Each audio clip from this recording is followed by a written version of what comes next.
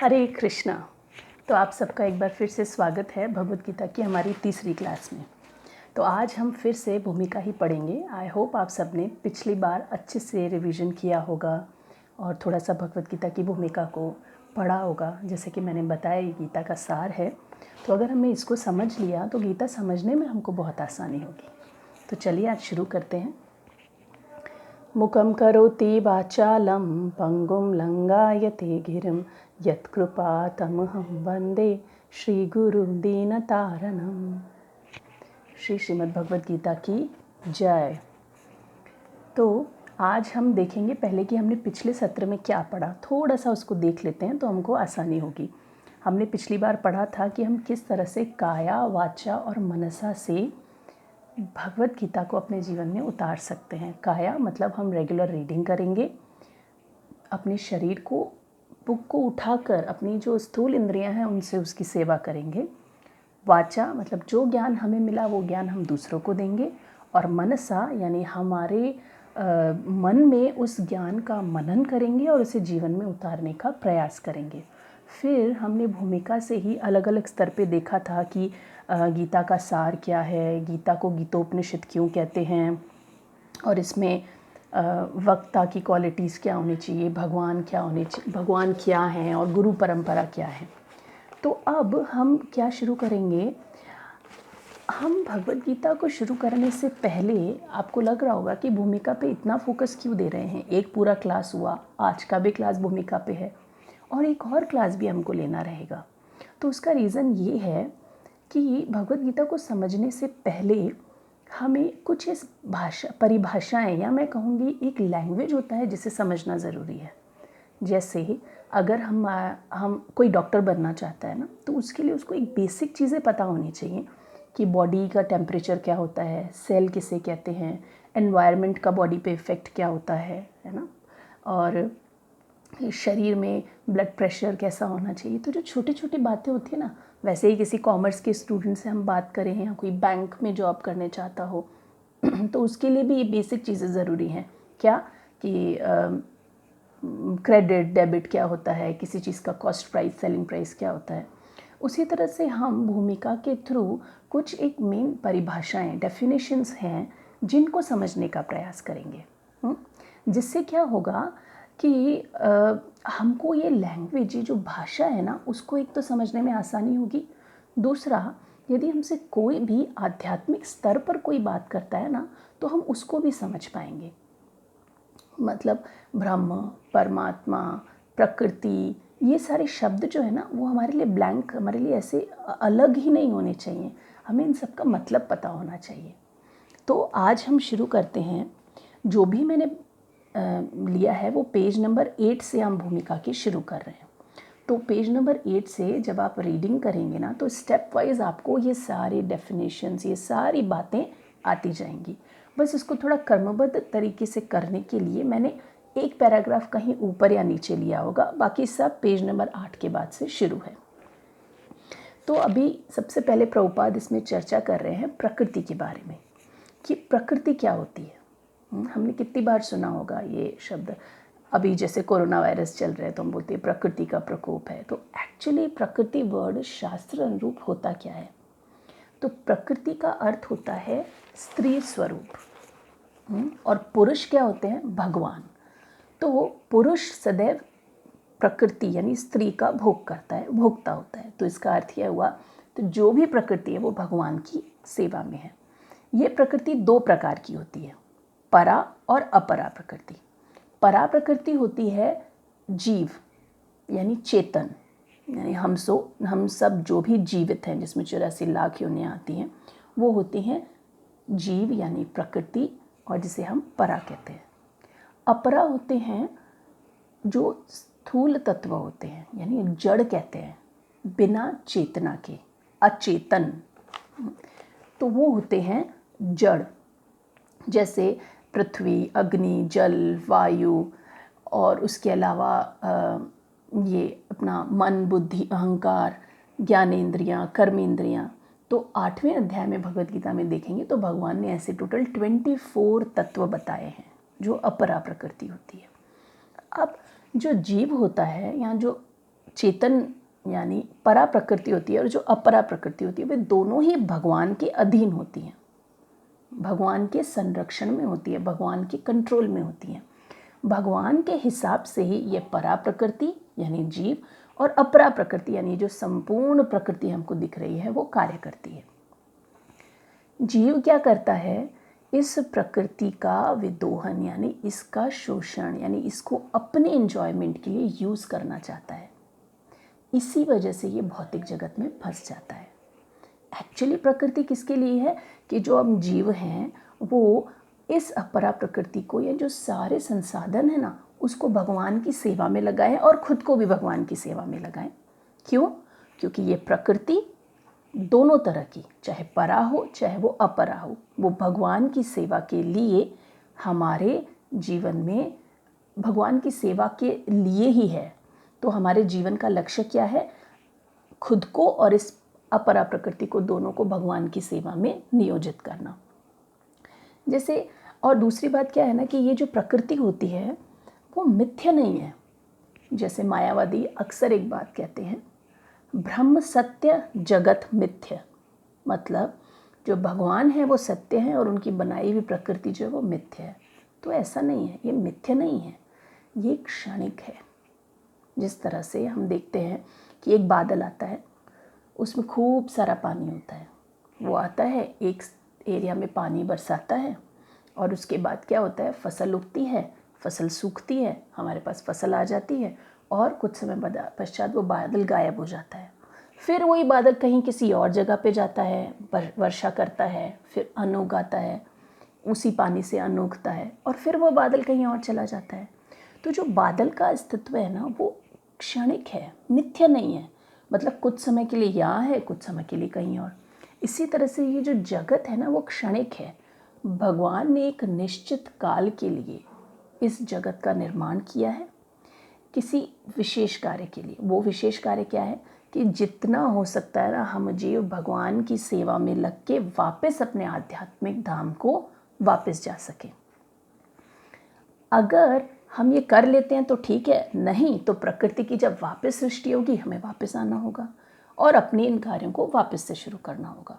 तो ये प्रकृति नित्य, ये जो प्रक्रिया है वो नित्य चलती रहती है।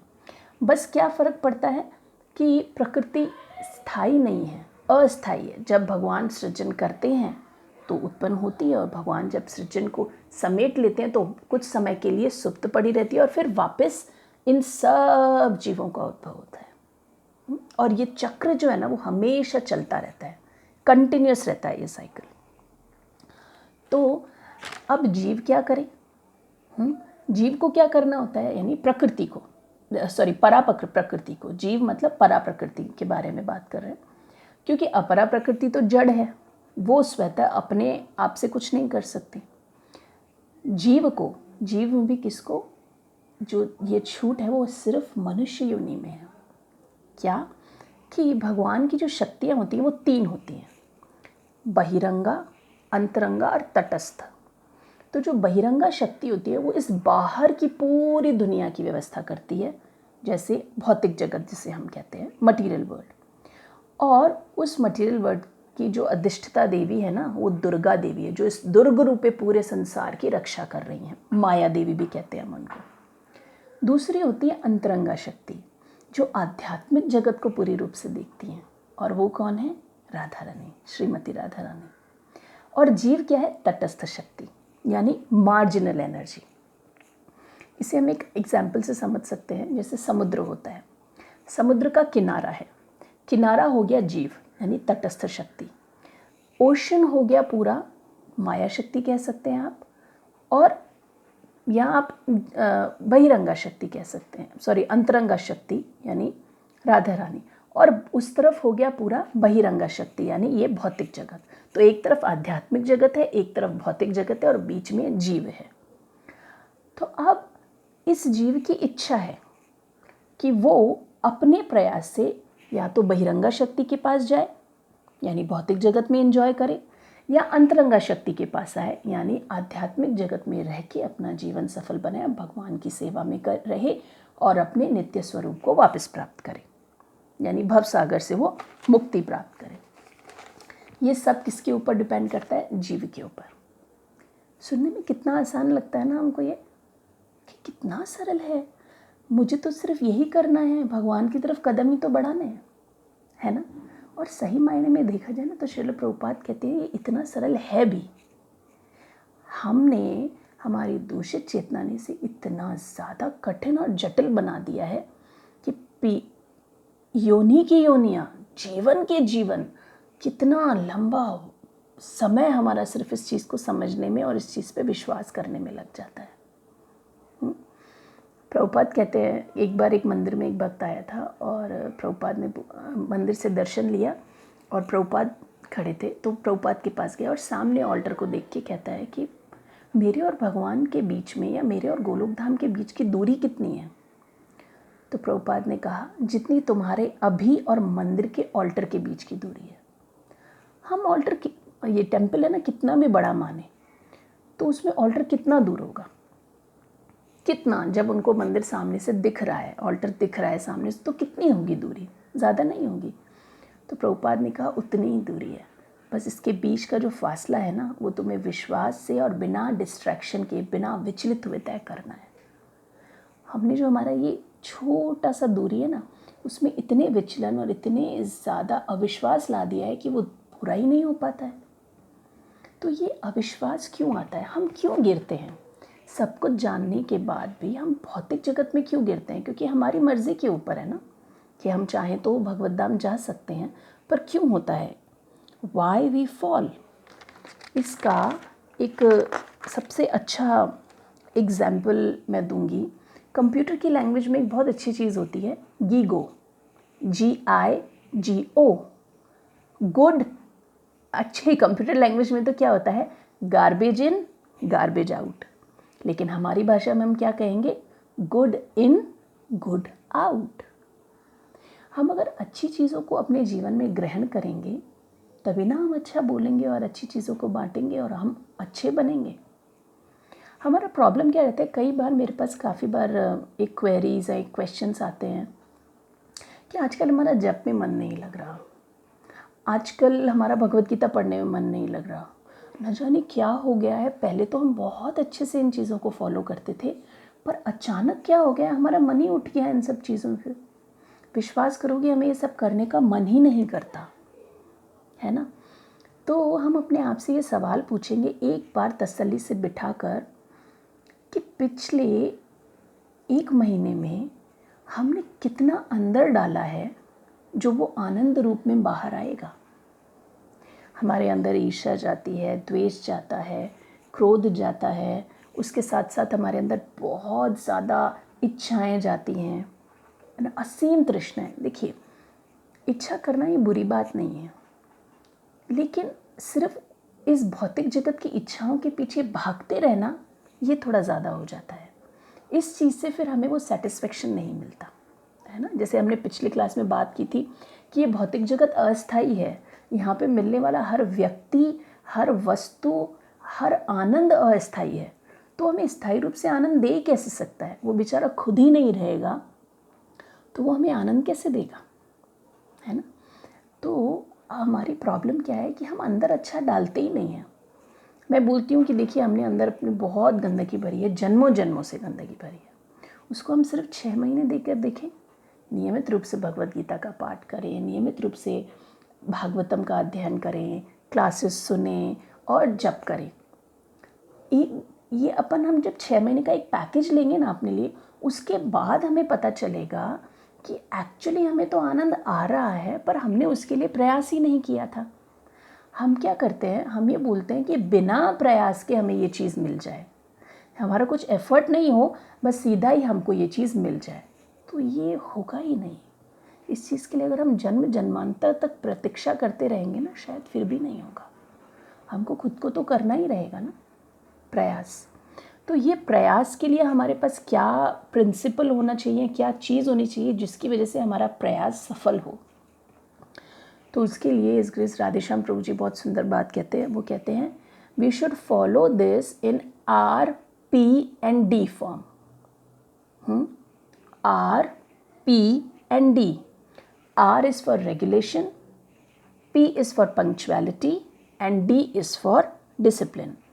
R is for regulation. Regulation मतलब डेली होना, इस चीज़ का डेली होना। प्रतिदिन हम जप करेंगे, प्रतिदिन हम भगवत गीता पढ़ेंगे, प्रतिदिन हम भागवतम पढ़ेंगे, प्रतिदिन हम कुछ न कुछ सुनेंगे, प्रतिदिन हम भगवान की आरती करेंगे, हर दिन हम भगवान को भोग लगा कर खाएंगे, है ना। सुनने में कई बार हमारा ज्ञान और हमारी मटेरियल नॉलेज ना हमारे सामने आ जाता है। हमको ऐसा लगता है क्या फ़र्क पड़ता है अगर हम मन में भगवान के बारे में सोच रहे हैं तो, लेकिन नहीं, यहाँ पर अब वो काया वाचा मनसा वाला सिद्धांत आता है। जब तक हम काया को मतलब अपने शरीर को इन चीज़ों में नहीं लगाएंगे तब तक वो वाणी में नहीं आएगा और उसके तब तक वो हमारे मन में नहीं आएगा। तो इसके लिए कंटिन्यू प्रैक्टिस बहुत ज़्यादा ज़रूरी है, इसीलिए हमें एवरी डे ये चीज़ करनी चाहिए। P is for punctuality. Punctuality में ये चीज़ बहुत ही अच्छी है कि हमें एक टाइम फिक्स कर देना चाहिए, उससे हमारा रेगुलेशन मेंटेन होता है। कैसे? जैसे हर दिन प्रसाद खाने के पहले या बाद में मैं भगवत गीता पढ़ूंगी, सुबह का जो भी है ब्रेकफास्ट या लंच, और एक रात को डिनर के बाद मैं भगवत गीता पढ़ूंगी या फिर भागवतम पढ़ूंगी, कोई भी एक चीज़। श्री प्रभुपाद कहते हैं हमें भागवतम सुबह पढ़ना चाहिए और भगवत गीता शाम को और कृष्णा बुक रात को। तो हम अपनी फैसिलिटी के हिसाब से, अपनी सुविधा के हिसाब से किसी भी चीज़ का एक नियम बना सकते हैं। हमें याद होगा कि हमारी मम्मियाँ, मुझे याद है मेरी मम्मी का नियम हुआ करता था कि वो बोलती थी कि एक अध्याय में से एक श्लोक भी पढ़ूँ, कुछ भी करूँ, जब तक वो नहीं कर लूँगी तब तक सुबह कुछ खाऊंगी नहीं। वो थोड़ा सा भी सही भगवत गीता ज़रूर पढ़ती थी और उसके बाद सुखमणि का पाठ करती थी और उसके बाद अपना कुछ भी खाना वगैरह होता था ना वो करती थी। तो हम लोग बचपन में ना हंसते थे इस चीज़ पे कि अरे ऐसा क्यों, पर उसका रीज़न है ये पंक्चुअलिटी। तो हमें हमारे जीवन में ये चीज़ को ऐड करना चाहिए। देखिए मेरा क्या नियम है, सुबह जो आरती होती है ना उसके इमीडिएट बाद ही मैं भागवतम पढ़ लेती हूँ, क्योंकि देखो हम, और दूसरा रात को सोने से पहले भगवत गीता, ये नियम है। मतलब इस चीज़ को हम ब्रेक नहीं करते हैं पूरा प्रयास करके। लेकिन कभी क्या होता है कि कभी कोई सेवा ज़्यादा हुई तो उस चीज़ में हमारे पास समय नहीं होता इतना कि हम करें, है ना। टेंपल से भी कई बार सेवा होती है, कभी हमारे खुद के घर में कोई सेवा होती है, तो हमें उस समय में क्या करना चाहिए, चाहे हम एक श्लोक पढ़ें लेकिन ज़रूर पढ़ना चाहिए। इस नियम को भंग नहीं करना चाहिए, इसकी जो रेगुलरिटी है उसको कभी भी भंग नहीं करना चाहिए। तो कभी कभी बहुत ज़्यादा व्यस्तता होती है तो हम एक श्लोक पढ़ लेते हैं, लेकिन इस चीज़ में हमें ट्रिकी नहीं होना।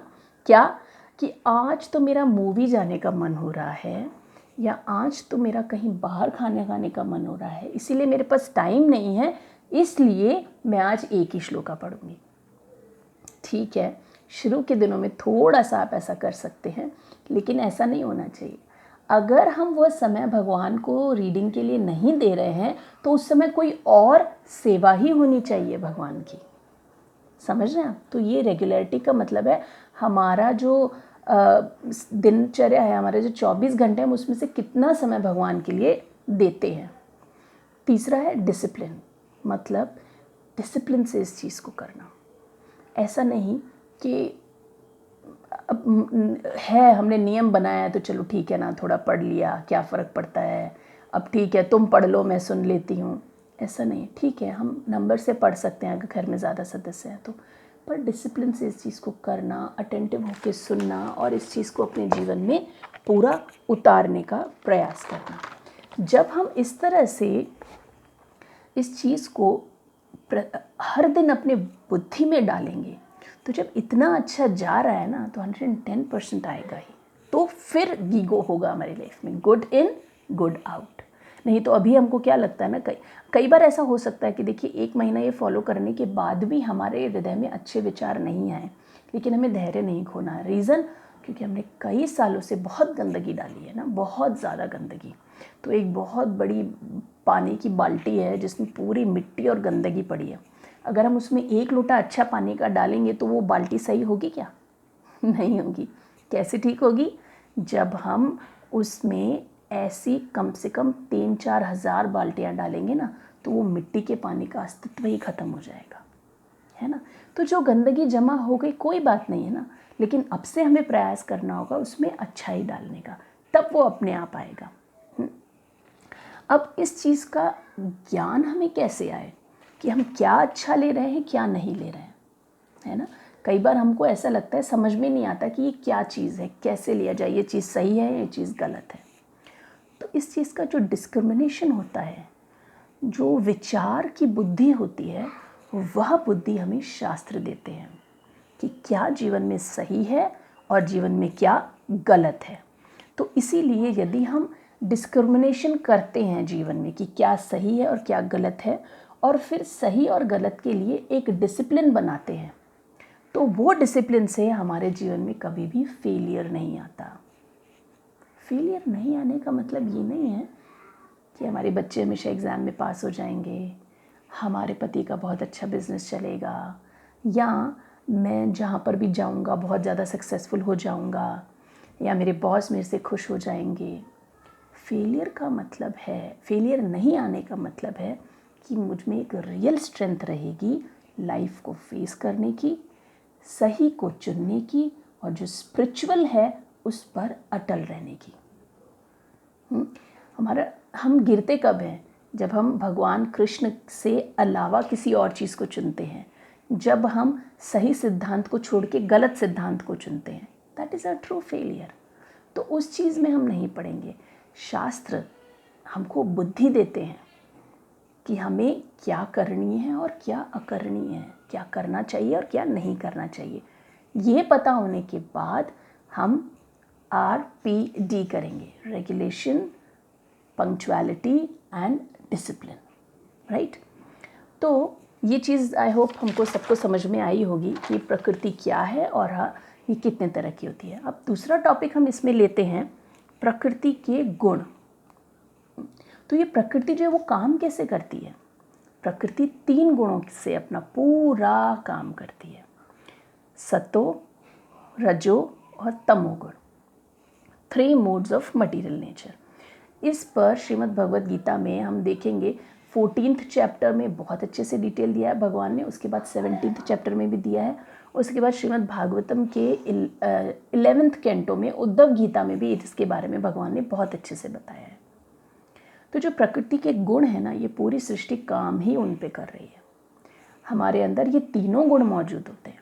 कभी सतो रजो को प्रदान करते हुए तमो आगे बढ़ जाता है, कभी तमो और सतो को पिछाड़ते हुए रजोगुण आगे बढ़ जाता है। तो दिन भर एवरी मिनट इनमें प्रतिस्पर्धा चलती रहती है, कभी कोई आगे कभी कोई आगे। और आप मानेंगे कि ये पूरी दुनिया में जितनी 84 लाख योनियाँ बनी है ना, वो सब की सब योनियाँ इन 3 गुणों के कॉम्बिनेशन से बनी है। जैसे हॉर्स में रजोगुण बहुत ज़्यादा होता है, तो वह एक रजोगुणी जीव है। लायन, टाइगर, ये रजोगुणी जीव है क्योंकि बहुत ज़्यादा पुरुषार्थ, बहुत ही ज़्यादा एनर्जी, वर्कॉलिक, ये रजोगुण का गुण है। गाय सतोगुणी होती है।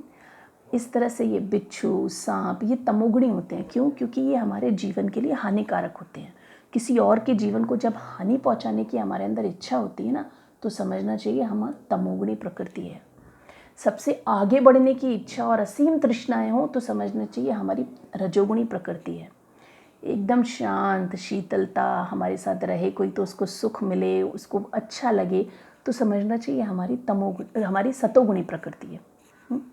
तो ये इसको हम समझेंगे कैसे कि हमको एक्चुअली करना क्या होता है, धीरे धीरे तमोगुण से रजोगुण, रजोगुण से सतोगुण की तरफ ऊपर उठना होता है और उसके बाद शुद्ध सत्व में आना होता है, क्योंकि भक्ति इन तीनों गुणों के ऊपर होती है। सतोगुण क्या होता है? एक तरह की सोने की हथकड़ी होती है। अब सोने की हथकड़ी में अगर धातु देखा जाए ना, बहुत कमज़ोर है। कोई चाहे तो सोने की धातु को तुरंत तोड़ के आज़ाद हो सकता है, परंतु वो बना किससे है? गोल्ड से। तो उस धातु में हमारी इतनी आसक्ति हो जाती है कि हम उसको छोड़ना ही नहीं चाहते। तो सतोगुण भी ऐसे है।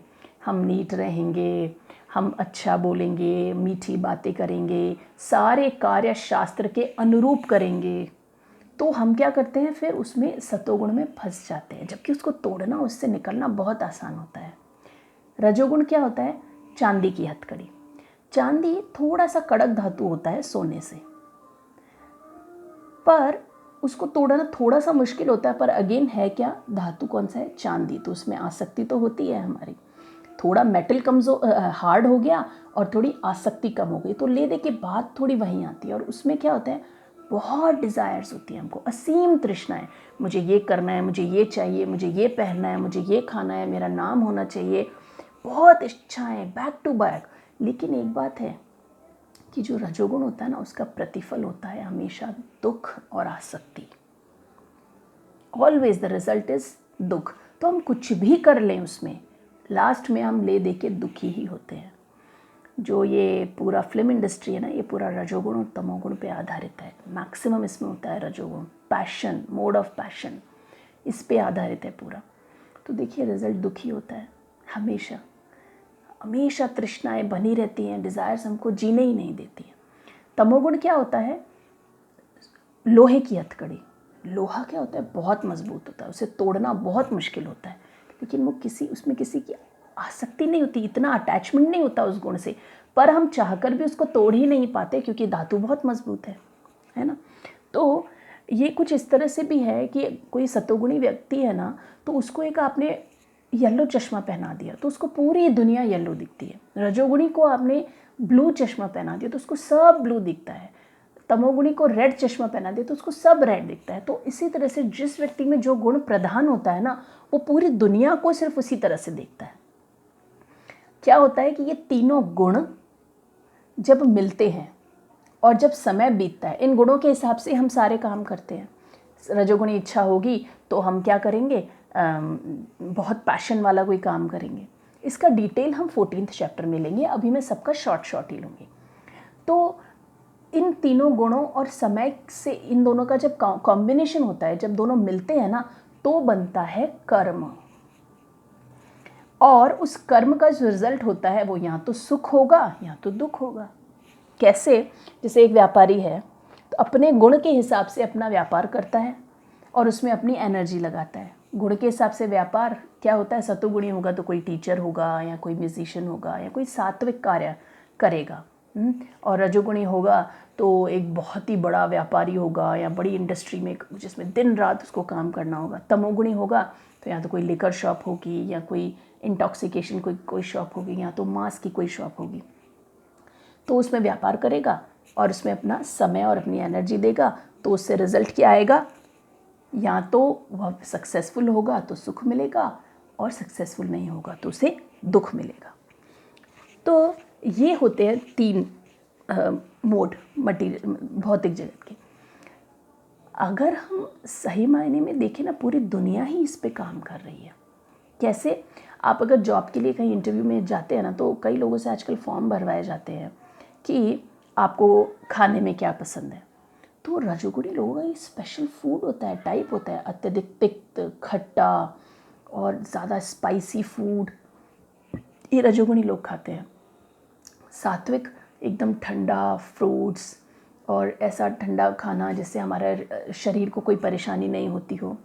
तमोगुणी फूड कि ऐसा भोजन जो सड़ा हुआ हो, मांस हो, अस्पर्शीय हो। तो ये सारी चीज़ें हैं ना, इनसे देख के, इनको पढ़ के हम अच्छी तरह से समझ सकते हैं कि हमारी प्रकृति क्या है। लेकिन हमें हमेशा याद रखना है, सतोगुण से उठने के बाद हमें शुद्ध सत्व में जाना है। जैसे प्रसाद होता है ना, वो किसी भी गुण से परे है, किसी भी गुण से, उसमें न रजोगुण है, न तमोगुण है, न सतोगुण है। वो शुद्ध सत्व में होता है क्योंकि वह साक्षात भगवान का रूप होता है। तो इसका डिटेल में चर्चा हम करेंगे। किसी को इंटरेस्ट हो ये जानने का कि मैं कौन सी प्रकृति का हूँ या कौन सी प्रकृति की हूँ, तो 14th चैप्टर भगवद गीता का और 17th चैप्टर, उसमें सिर्फ ट्रांसलेशंस जो ब्लैक लाइन्स होती है ना, उसको आप पढ़ सकते हैं, बहुत इंटरेस्टिंग लगेगा। नेक्स्ट अपन आगे चर्चा करेंगे ही उसकी। तो ये हुए three modes of material nature. उसके बाद हम देखेंगे कि जीव और ईश्वर में अंतर क्या है। तो जो जीव होता है ना, वो इन तीन गुणों में आके फंस जाता है और वो इन तीन गुणों के अनुरूप ही अपना कार्य करता है। लेकिन भगवान वह तीन गुणों से ऊपर है, वे गुणातीत हैं, तो वो इन गुणों में नहीं बंधते। क्यों? क्योंकि भगवान ने ही प्रकृति की रचना की है और ये तीनों गुण ही भगवान के अधीन हैं। ठीक है। दूसरा अंतर क्या है कि जीव जो होता है ना, उसको सिर्फ अपने शरीर के बारे में ज्ञान होता है। एक्चुअली देखा जाए तो हमारी बुद्धि तो इतनी विकसित भी नहीं, हमारे अंदर तो उतना भी ज्ञान नहीं कि हमें अपने शरीर के बारे में भी पता हो या अपने मन और बुद्धि के बारे में भी पता हो। ये बहुत ज्ञानी और बहुत ही जो अच्छे भक्त हैं ना, उनके बारे में बात हो रही है, जिनको फिर भी अपने जीवन के बारे में, अपने शरीर के बारे में पता होता है। लेकिन भगवान को प्रत्येक जीव के शरीर के बारे में पता होता है। हमें प्रत्येक जीव से सिर्फ मनुष्यों का अंदाज़ा नहीं लगाना चाहिए। प्रत्येक जीव से अर्थ होता है, चाहे वो पेड़ हो, चाहे वो कोई जीव जंतु हो, पक्षी हो, समुद्री जीव हो, पानी में रहने वाला हो, थल स्थल कहीं पे भी रहने वाला हो, सबके बारे में भगवान जानते हैं। लेकिन हमारी नियमितता क्या है, हम सिर्फ अपने बारे में जानते हैं। तो जीव जो होता है ना, तीसरा डिफरेंस क्या है, वो इस भौतिक आवरण से दूषित होता है। लेकिन भगवान अच्युत हैं, वो कभी भी अपनी स्थिति से च्युत नहीं होते, मतलब नीचे नहीं गिरते, और हमेशा वो प्योर बने रहते हैं। वो कभी भी इन चीज़ों से दूषित नहीं होते। तो ये 3 मेजर डिफरेंस हो गए जीव और भगवान में। अब ईश्वर और जीव में समानता क्या है? हम तो कहते हैं ना, हम भगवान का ही अंश हैं, तो हमारे अंदर कुछ हमारी समानता भी होनी चाहिए। कुछ तो ऐसा भी होना चाहिए जो हमारे और भगवान के अंदर कॉमन हो। तो वो क्या है? देखिए, इसे बहुत सुंदर एग्जाम्पल से समझेंगे हम कि भगवान और मैं, यानी जीव, जीव मतलब सारे जीव, हम 3 चीज़ों से बने हैं। मतलब हम जो बने हैं ना, हमारा मटेरियल सेम है। जैसे किसी सोने की खान में से अगर हम एक टुकड़ा सोना निकाल दें, तो उस सोने के टुकड़े में वही सेम गुण होंगे जो उस सोने की खान में है। समुद्र में से अगर हम एक बूंद ले लें, तो उस समुद्र की उस एक बूंद में वही खारापन होगा जो उस पूरे समुद्र में है। ठीक है, लेबोरेटरी में टेस्ट ऐसे ही होता है ना, कि हम एक छोटा सा उसका अंश ले लेते हैं किसी भी चीज़ की पूरी प्रकृति को समझने के लिए, तो सेम होगा। इसी तरह से भगवान और हम 3 चीज़ों से मिलके बने हैं। वो 3 चीज़ें क्या हैं? सत्य, चित्त और आनंद। ठीक है, इन 3 चीज़ों से हम मिलकर बने हैं, सत्य, चित्त और आनंद। नॉलेज, सत्य इज इटर्नल, चित्त is knowledge and Anand is bliss. ठीक है, इन 3 चीज़ों से हम मिलकर बने हैं। भगवान में भी वही 3 चीज़ें हैं, मेरे में भी वही 3 चीज़ें हैं। तो फिर हमारे में अंतर क्या है? तो इसका मतलब ये हुआ, जो मायावादी कहते हैं कि मैं और भगवान समान है, तो वो सही हुए। मायावादी ये कहते हैं ना कि भौतिक जगत में भगवान आते हैं, वो कलुषित हो जाते हैं, और इस तरह से हम जब आध्यात्मिक लोक में जाएंगे अपनी साधना से ऊपर उठ के, तो हम भी भगवान बन जाएंगे। तो सही हुआ क्या? नहीं। कैसे? देखिए, सोने की खान की तुलना क्या सोने के एक टुकड़े से की जा सकती है? क्या जो वैल्यू सोने की खान की होगी, क्या वो टुकड़े की हो सकती है? क्या जो समुद्र का वैल्यू होगा, उसका वॉल्यूम होगा, उसका फोर्स, उसकी एनर्जी होगी, वो क्या एक बूंद की हो सकती है? नहीं हो सकती। कोई समानता ही नहीं है, कोई कंपैरिजन ही नहीं है। तो हम क्या फॉलो करते हैं, जो ब्रह्म संप्रदाय में है, वे भगवान का, ये ध्यान रखिएगा, बहुत बार आएगा भगवद गीता में ये शब्द, ये वर्ड, अचिंत्य भेदा भेद तत्व। श्री चैतन्य महाप्रभु ने हमको ये तत्व दिया है, अचिंत्य भेदा भेद तत्व।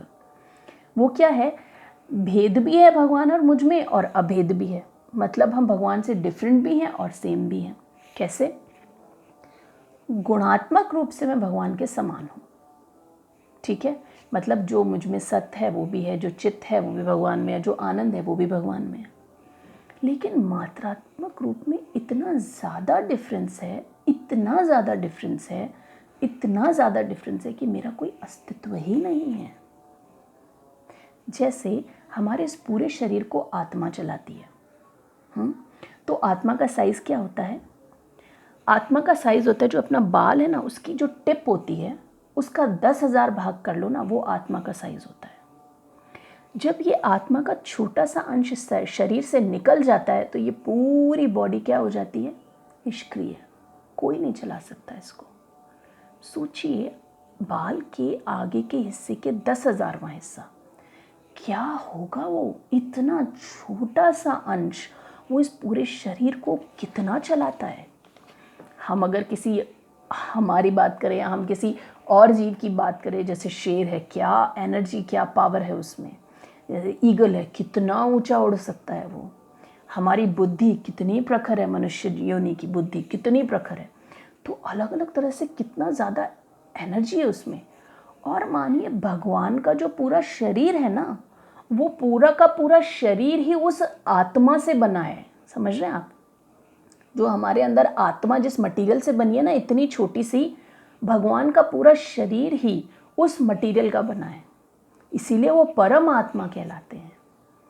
इतनी छोटी सी एनर्जी से हम क्या क्या काम कर लेते हैं। तो सोचिए, भगवान का पूरा शरीर ही उससे बना है। और भगवान के शरीर का साइज तो हमको पता है, विराट रूप है उनका, कितना विराट रूप है। तो हम कभी तुलना भी नहीं कर सकते कि भगवान क्या है और हम क्या हैं।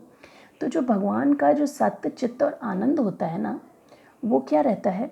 सत्य भगवान का ब्रह्म रियलाइजेशन है, ब्रह्मन। जैसे हमने पिछली बार भी एक कंपैरिजन मैंने प्रेग्नेंट लेडी का बताया था, इस बार मैं सूर्य से इसको कंपेयर करती हूँ।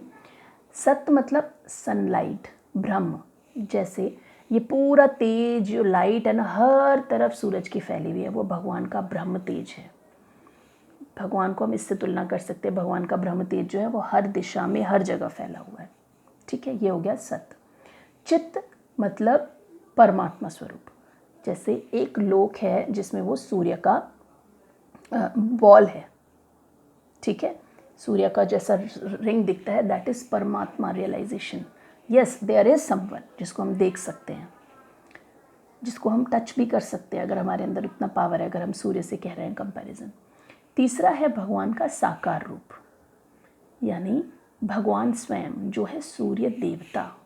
There is a demigod who is controlling all, Surya का उत्पन्न, सूर्य का उदय होना, अस्त होना, धूप देना, बादलों से कभी आच्छादित होना, ये सारी चीज़ें सूर्य देवता है, वो देख रहे हैं। इसका मुझे अपनी लाइफ में एक बहुत सुंदर एग्जाम्पल बताया था किसी ने, एक प्रभु जी ने। वो क्या बोला था कि एक गांव था जिसमें ट्रेन आई। अब ट्रेन की नई ट्रैक बनी और पहली बार ट्रेन आई। जब पहली बार ट्रेन आई ना, तो सब बच्चे बूढ़े सब इतने एक्साइटेड थे, उन्होंने कभी ट्रेन देखी ही नहीं थी। ट्रेन देखने के लिए वो सुबह 4 बजे ट्रेन आने वाली थी। सब जने ऐसे एक्साइटेड, ट्रेन आ रही है, ट्रेन आ रही है, ट्रेन आ रही है, ट्रेन आ रही है। तो हाथ में लालटेन लेके फाटक के पास खड़े हो गए और देखने लगे, स्टेशन पे सॉरी, देखने लगे कि ट्रेन कैसी होती है, हम देखेंगे। तो क्या हुआ, सबसे पहले जब ट्रेन आती है ना, तो एक लाइट आती है और एक साउंड आता है, पूम, दूर से ही। स्टेशन पे कभी भी ट्रेन आती है तो हमको लाइट दिखती है और साउंड दिखती है। तो जो सारे बच्चे इंतज़ार कर रहे थे ना, उसमें से कुछ बच्चे इतने एक्साइटेड हो गए, वाओ ट्रेन हमने देख ली, ट्रेन हमने देख ली। उन्होंने क्या देखा, गांव गए और जो लोग नहीं आ पाए थे उनको बताया कि पता है ट्रेन कैसी होती है। ट्रेन होती है एक बहुत बड़ी लाइट और उसमें से आवाज़ आती है, टूं। क्या हुआ, उन बच्चों ने क्या किया, बेसब्री की और अधूरा ज्ञान जाके बता दिया। क्या वो कंप्लीट ट्रेन है क्या? नहीं, पर वो ट्रेन नहीं है, ऐसा भी नहीं है, सच है। ट्रेन में लाइट भी होती है और साउंड भी होता है। तो ये है ब्रह्म रियलाइजेशन, भगवान का अधूरा रियलाइजेशन। उसमें हमको क्या दिखता है, या तो ब्रह्म तेज दिखता है, या तो हम ओम की ध्वनि को फॉलो करते हैं। ये गलत नहीं है, पर ये इनकम्प्लीट है, अधूरा है। उसके बाद क्या हुआ, कुछ लोगों ने और धैर्य किया, उन्होंने सोचा ट्रेन को और आने दो। तो दूसरे है तो उनको दिखा, अरे ट्रेन कैसी होती है, ट्रेन एकदम लंबी गाड़ी होती है और बहुत सारे बॉक्सेस बॉक्सेस बॉक्सेस बॉक्सेस होते हैं पीछे तक। बहुत एक्साइटेड हुए और वो गए, उन्होंने 2 बातें बताई। क्या बातें बताई?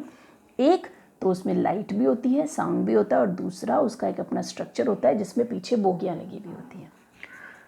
तो मतलब ये परमात्मा रियलाइजेशन, जो परमात्मा को हृदय में रियलाइज़ करती है ना, उनको अच्छी तरह से पता होता है कि भगवान एक तेज भी है और एक ध्वनि रूप भी है, लेकिन एक साक्षात रूप में हमारे हृदय में उपस्थित भी है। उसके बाद कुछ बड़े लोग थे ना, वो रुके रहे, और जब ट्रेन रुकी तो उन्होंने ट्रेन को अच्छे से देखा। ट्रेन के अंदर गए, उन्होंने देखा वाह इसमें तो बैठने के लिए भी जगह है, सोने के लिए भी जगह है, कंबल चादर भी मिलती है, पर्दे भी है, खिड़की भी है, टॉयलेट भी है। This is called love in details. ये भगवान का साकार रूप है ना। तो जिसमें हम भगवान को पूरा डिटेल में समझते हैं, उनसे संबंध बनाते हैं, उनसे रिश्ता बनाते हैं। तो गुणात्मक रूप से हम सेम हैं, परंतु मात्रात्मक रूप से हमारे में बहुत ज़्यादा अंतर है। लेकिन एक बहुत सुंदर बात है, ईशोपनिषद बताता है कि भगवान पूर्ण हैं, उनसे उत्पन्न सृष्टि पूर्ण है। जब भगवान आते हैं वो पूर्ण है, उनसे एक पूर्ण सृष्टि उत्पन्न होती है, और जो बाकी शेष रहता है वो भी पूर्ण रहता है। कैसे? ये बहुत सुंदर एग्जाम्पल से हम समझेंगे कि जैसे एक पिता और एक माँ, उन दोनों में से एक सीड आता है। पिता से जो सीड आता है वो पूर्ण होता है, माँ से जो सीड आता है वो अपने आप में पूर्ण सेल होती है। उन दोनों से मिलके एक बच्चा बनता है, वो भी पूर्ण होता है। तो माँ जब बच्चे को जन्म देती है, अपने शरीर से एक पूर्ण जीव निकालती है, तो क्या उससे कुछ घटता है क्या? नहीं ना। इसी तरह से जब भगवान ये पूरी सृष्टि उत्पन्न करते हैं तो उनसे भी कुछ नहीं घटता। वो पूर्ण है और पूर्ण को उत्पन्न करते हैं। और जब माँ बच्चे को उत्पन्न करती है तो वो बच्चा भी तो पूर्ण ही होता है ना, वो भी थोड़े घटता है। तो अब ये क्या तो ये चीज़ हमें समझनी रहेगी कि भगवान में हम गुणात्मक रूप से समान हैं, मात्रात्मक रूप से हम भगवान से भिन्न हैं। अब हम डिस्कस करेंगे fourth topic, which is very interesting topic. जो भगवत गीता के बारे में जानना चाहते हैं वो इस टॉपिक के बारे में तो सुनना चाहता है। क्यों? क्योंकि कई बार हमने देखा है कि भगवत गीता सिर्फ इस एक टॉपिक पे आके सीमित हो गई है। अब मैं समझता हूँ आप शायद समझ ही गए होंगे। फोर्थ टॉपिक है कर्म। तो कर्म में क्या है? भगवत गीता में हमने 5 सत्य पढ़े थे, ईश्वर, जीव, प्रकृति, काल, और 5वां था कर्म। तो उसमें जो पहले 4 हैं वो कभी परिवर्तित नहीं होते, लेकिन जो कर्म है वो परिवर्तनशील है। इस कर्म को हम जैसे हमने कर्म बनता कैसे हमने देखा कि 3 गुणों की प्रक्रिया यदि समय के साथ मिलती है तो कर्म होता है। 99.9% हम बद्ध हैं, हम अपनी स्वतंत्रता से कुछ कर ही नहीं सकते। सिर्फ हम 0.1% हमें स्वतंत्रता है, वो है इच्छा की स्वतंत्रता। और यह इच्छा ही हमारे जीवन में सारे कर्मों को फल देती है। यदि मेरी इच्छा है मैं भगवान की सेवा करूं, मैं उसी दिशा में कार्य करूंगी। यदि मेरी इच्छा है मैं भोग करूं, मैं उसी दिशा में कार्य करूंगी। यदि मेरी इच्छा है कि मैं किसी का सर्वनाश करूं, तो मैं उसी दिशा में कार्य करूंगी। तो भगवान हमारे जीवन में 2 चीज़ें कभी नहीं कर सकते। एक, हमारी इच्छा की स्वतंत्रता नहीं ले सकते, दूसरा हमारा वध नहीं कर सकते। क्यों? क्योंकि आत्मा तो सनातन है, सत्य, चित्त और आनंद है, इटर्नल है, वो कभी भी मरती नहीं है। तो भगवान भी ये काम नहीं कर सकते। इसीलिए कहा जाता है कि जो मनुष्य योनि है ना, उसमें ये इच्छा की स्वतंत्रता है सिर्फ, और किसी योनि में नहीं है। सिर्फ मनुष्य योनि में इच्छा की स्वतंत्रता है। इसीलिए कहते हैं कि ये मनुष्य योनि ही हमारे लिए या तो हमारे विकास का कारण बन सकती है या तो हमारे अधोगति का कारण बन सकती है। हम जहाँ चाहें ना इस मनुष्य योनि के बाद जा सकते हैं, और चाहें तो इस 84 लाख के चक्कर को ब्रेक भी कर सकते हैं। तो जो कर्म है वो 3 प्रकार का होता है। हालांकि देखिए ये सारा हम आगे पढ़ेंगे चैप्टर्स में, लेकिन थोड़ा पहले बेस क्लियर होना ज़रूरी है। 3 प्रकार का कर्म होता है, कर्म, विकर्म और अकर्म। कर्म यानी सकाम कर्म भी कहते हैं, जो शास्त्रों के अनुरूप किया जाता है उसे कर्म कहते हैं। वो अच्छे कर्म होते हैं जिसमें हम सबके लिए भला सोचते हैं, दान देते हैं, यज्ञ करते हैं। ठीक है, उससे क्या होता है, हमारे अच्छे कर्म बनते हैं और उसको भोगने के लिए हमें वापस जन्म लेना होता है। विकर्म यानी बुरे कर्म, जिससे हम दूसरे लोगों के लिए बुरा करते हैं, उनको क्षति पहुंचाते हैं, अपनी इंद्रिय तृप्ति के लिए दूसरे की संपत्ति हथियाते हैं। ये होता है विकर्म यानी बुरा कर्म, किसी का वध करना या अपने आप को नशे में व्यस्त करना। इसके लिए हमें बुरा कर्म फल मिलता है और हमें आना पड़ता है वापस। तो दोनों स्थिति में हमें वापस आना पड़ेगा और वापस से साइकिल शुरू होगा। तीसरा होता है अकर्म। अकर्म वह कर्म होता है जो भगवान के लिए किया गया कर्म होता है और उस कर्म का फल हमें नहीं मिलता। तो अगर हमें वह कर्म करे जिसका हमें फल ही नहीं मिले तो हमारा ये साइकिल ब्रेक हो गया ना, फिर हमें दोबारा आना ही नहीं पड़ेगा, है ना। तो इसमें भगवान कहते हैं ना भगवद गीता में, सर्वधर्मान परित्यज्य मामेकं शरणं व्रज अहम त्वं सर्व पापेभ्यो मोक्षयिष्यामि मा शुच। सारे धर्मों का परित्याग करके मेरी शरण में आओ, मैं तुम्हें समस्त पापों से मुक्त कर दूंगा, डरो मत। तो भगवान ये आश्वासन दे रहे हैं ना। तो ये होता है अकर्म। अकर्म मतलब भक्तिमय कर्म करना, भगवान की भक्ति करते हुए कर्म करना।